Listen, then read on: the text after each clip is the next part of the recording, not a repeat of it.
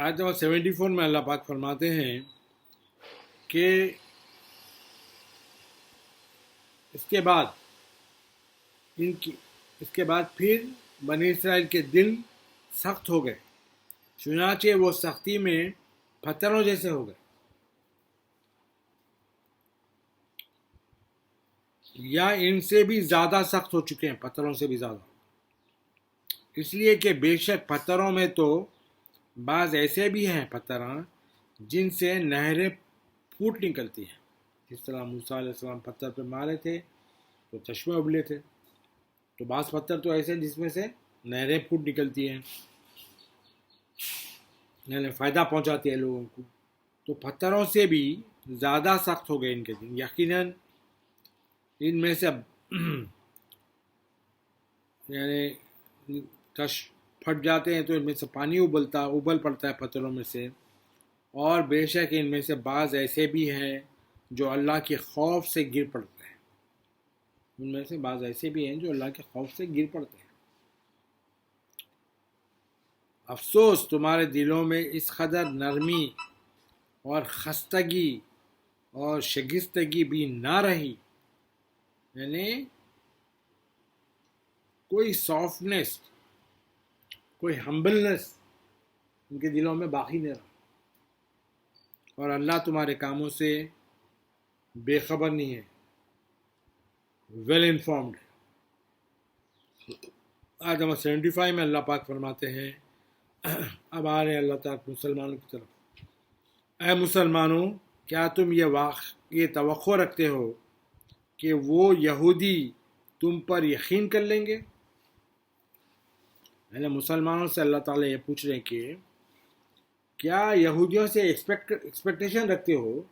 کہ وہ یہودی تمہارے پہ یقین کر لیں گے، جبکہ ان میں سے ایک گروپ کے لوگ ایسے بھی تھے کہ اللہ کا کلام تورات سنتے، پھر اسے سمجھنے کے بعد خود اس میں چینجز کر دیتے، بدل دیتے، حالانکہ وہ خوب جانتے تھے کہ حقیقت کیا ہے اور وہ کیا کر رہے ہیں۔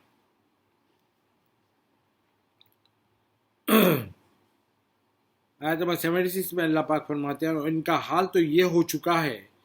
کہ جب ایمان والوں سے ملتے ہیں تو کہتے ہیں کہ ہم بھی تمہاری طرح حضرت محمد صلی اللہ علیہ وآلہ وسلم پر ایمان لے آئے ہیں، اور جب آپس میں ایک دوسرے کے ساتھ تنہائی میں ہوتے ہیں تو کہتے ہیں کہ کیا تم ان مسلمانوں سے نبی آخر الزماں صلی اللہ علیہ وآلہ وسلم کی رسالت اور شان کے بارے میں وہ باتیں بیان کر دیتے ہو جو اللہ نے تم پر تورات کے ذریعے ظاہر کی تھی۔ آپس میں یہودیاں جب اکیلے میں ملتے ہیں تو بول دیتے ہیں کہیں تم ایسا تو نہیں کرے کہ جو تورات میں آقا کے بارے میں جو انفارمیشن آئی تھی وہ تو نہیں بول دیتے ہو۔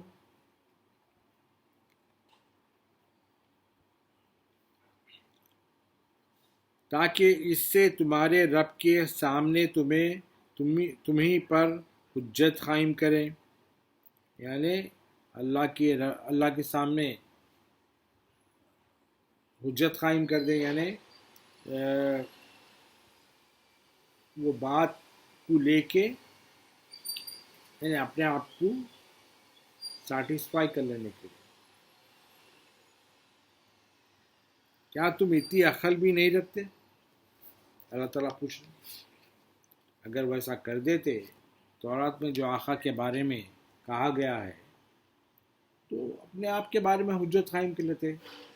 اتنی بھی عقل نہیں رکھتے، کیا پوچھ رہے ہیں اللہ تعالیٰ۔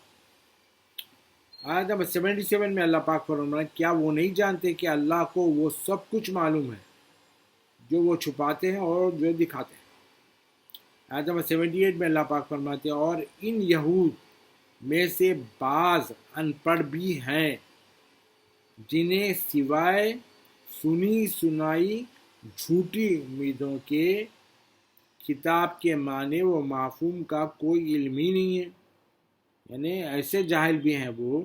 جن کو خالی سنی سنائی امیدیں ہیں، اور کتاب کے اندر جو لکھا ہوا ہے تورات میں اس کا کوئی معنی بھی نہیں معلوم، اس کے کوئی میننگ بھی پتہ نہیں ہے، اور اس کا کوئی علم ہی نہیں ہے۔ وہ کتاب کو صرف زبانی پڑھنا جانتے ہیں،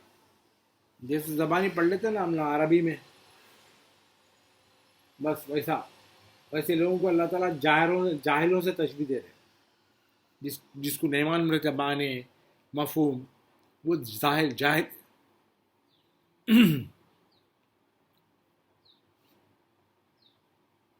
یہ لوگ محض وہم و گمان میں پڑے رہتے ہیں، بس دماغ سے سوچ لیتے، گمان کر لیتے اور وہم میں رہتے، ایسا ہوں گا ویسا ہوں گا، یہ حساب سے۔ آیت نمبر 79 میں اللہ پاک فرماتے ہیں بس ایسے لوگوں کے لیے بڑی خرابی ہے جو اپنے ہی ہاتھوں سے کتاب لکھتے ہیں اور پھر کہتے ہیں کہ یہ اللہ کی طرف سے ہے، تاکہ اس کے بدلے تھوڑے سے پیسے کما لیں، سو ان کے لیے اس کتاب کی وجہ سے ہلاکت ہے۔ جو اپنے ہاتھوں سے لکھ لیا نا، وہ کتاب میں چینجز کر دیے نا، اس کی وجہ سے ان پر ہلاکت ہے۔ آپ اور جو ان کے ہاتھوں نے تحریر کی ہے، چینجز کیے ہیں، اور اس کا معاوضے کی وجہ سے تباہی ہے، جو اس کے بدلے جو پیسے لے رہے ہیں، جو وہ کما رہے ہیں، اس کی وجہ سے ان کے اوپر تباہی آئی۔ آیت نمبر 80 میں اللہ پاک فرماتے ہیں اور وہ یہود یہ بھی کہتے ہیں کہ ہمیں دوزخ کی آگ ہرگز نہیں چھوئے گی سوائے گنتی کے تھوڑے دن۔ دوزخ کی آگ خالی لوگوں کی گنتی کے تھوڑے دن چھوئے گی۔ ذرا آپ ان سے پوچھیں کیا تم اللہ سے کوئی ایسا وعدہ لے چکے ہو؟ ایسا وعدہ اللہ سے لے لیے ہے کیا؟ پھر تو وہ اپنے وعدے کے خلاف ہرگز نہ کرے گا۔ اللہ سے اگر واقعی ایسا وعدہ لے چکے ہیں تو اللہ اپنے وعدے کے خلاف تو نہیں کرے گا۔ یا تم اللہ پر یوں ہی بہتان باندھتے ہو جو تم خود بھی نہیں جانتے۔